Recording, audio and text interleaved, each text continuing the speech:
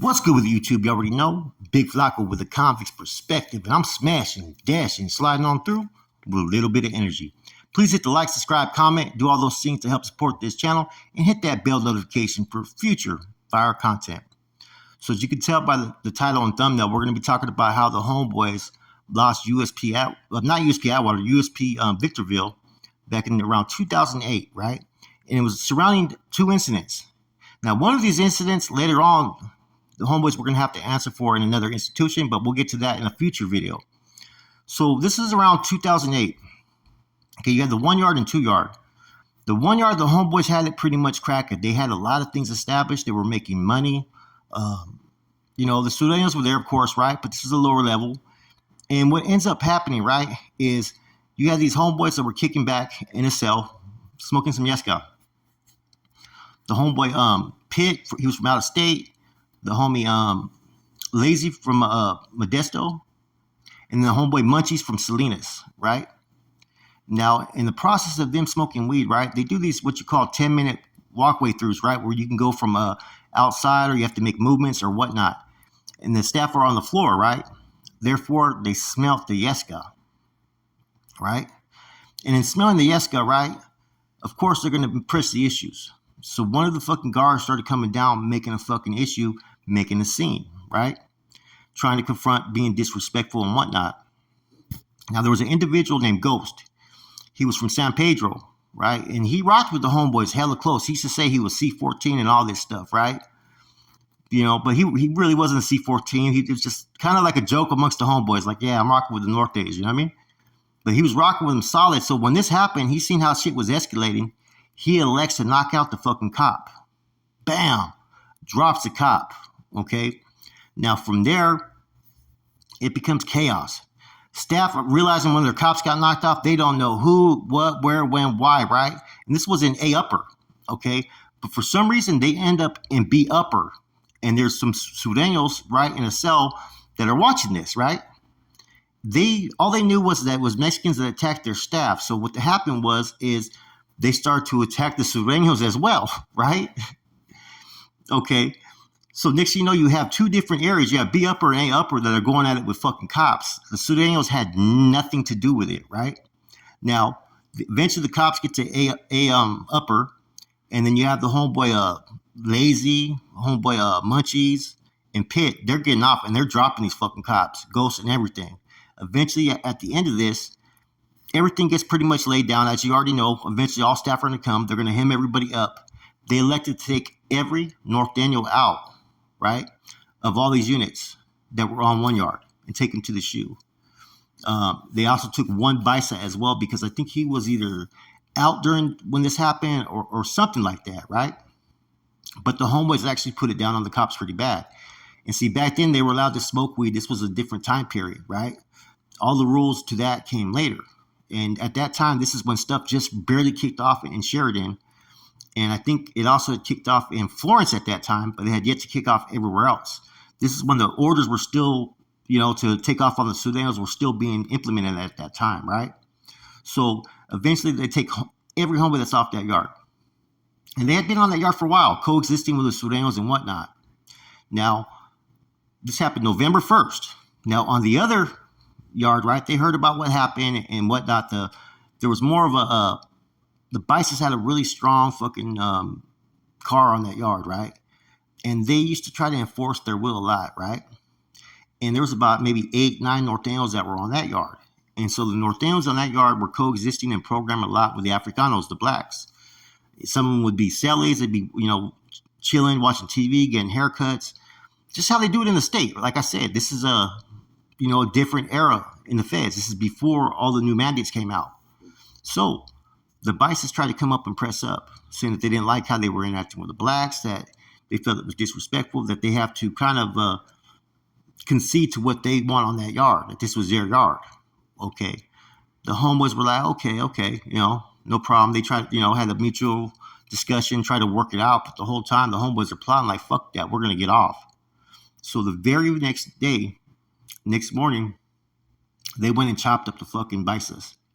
I'm saying pretty bad. Wah. Stabbed a couple of them. A couple of them got hit with fucking RBs, and they all got took into the hole. Okay. Now at that time, they were electing to put the homeboys back out there on the 1 yard in Victorville, right? But they decided not to because of the incident that happened on the 2 yard. So for a minute, there was homeboys on 1 and 2 yard, right? Now they were all in the shoe being transferred out. And see, the feds, like I said, they can fucking flip a yard like that. If you become a headache on that yard and your car's not that deep, they'll just get rid of you, take you all to the shoe, and decide what they're going to do with you from there. And then they'll touch base with the regional where to transfer you out from there. Okay. Now, if it's a bigger car, they could still do the same thing. The feds could do whatever they want, but a lot of times it's more they look for the people who are being troublemakers. Now, out of those individuals, they all caught time.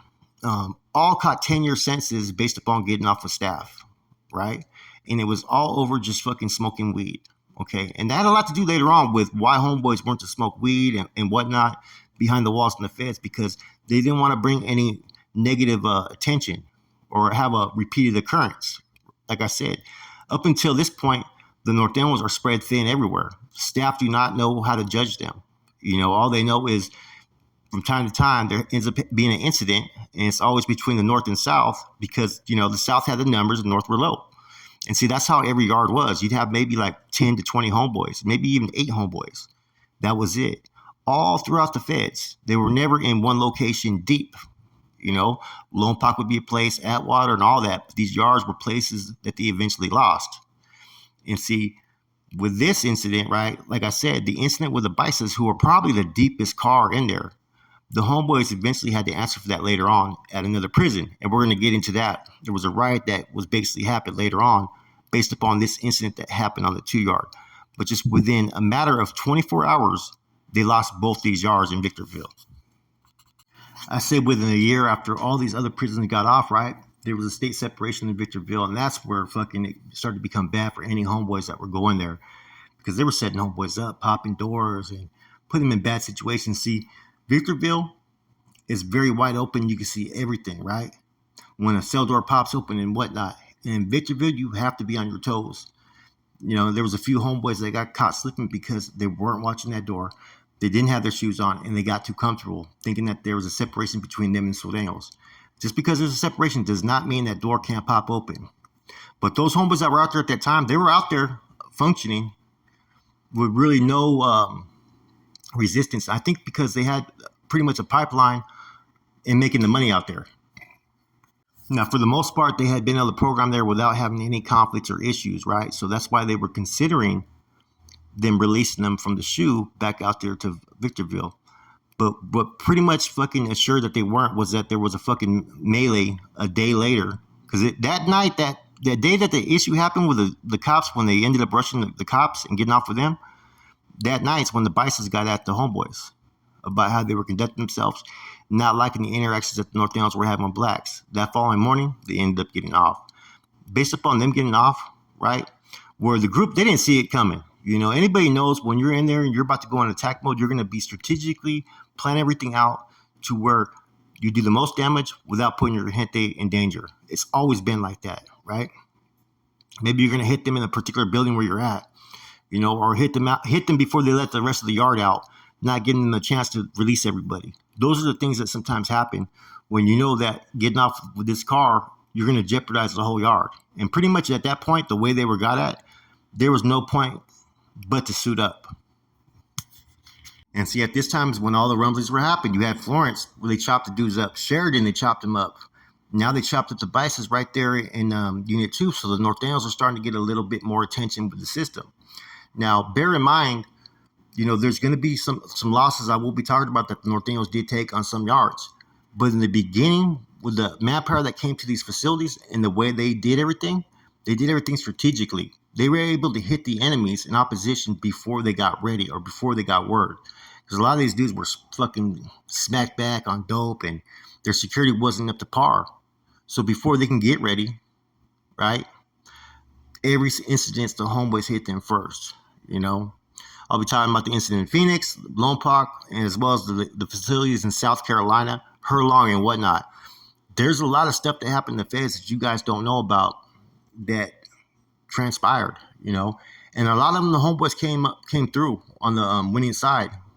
But there's gonna be a few though where they didn't, where they got caught slacking, You know what I'm saying? But in any event, man, this is how they lost Victorville. And see, at that point, right, what the administration used to do, they would make sure the Nortenos numbers were always low on every yard. They would never let them get up to like 50 or 60. And I don't think the Southsiders were going to allow that.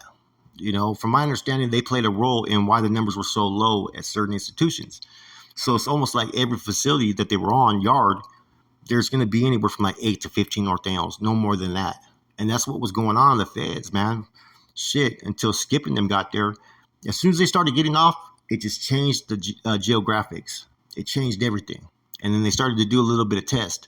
Okay, well, maybe we could put them here where the numbers are equal. There'll be less fucking dictatorship. Nah, the yard still got off. So eventually it led to a full separation of the feds. Anyways, real quick spill. Hope you guys enjoyed it, man. A little bit of history about what happened to the feds during that time era, so you guys can get a better, clearer understanding. With that said, it's your boy Flacco. I'm gone.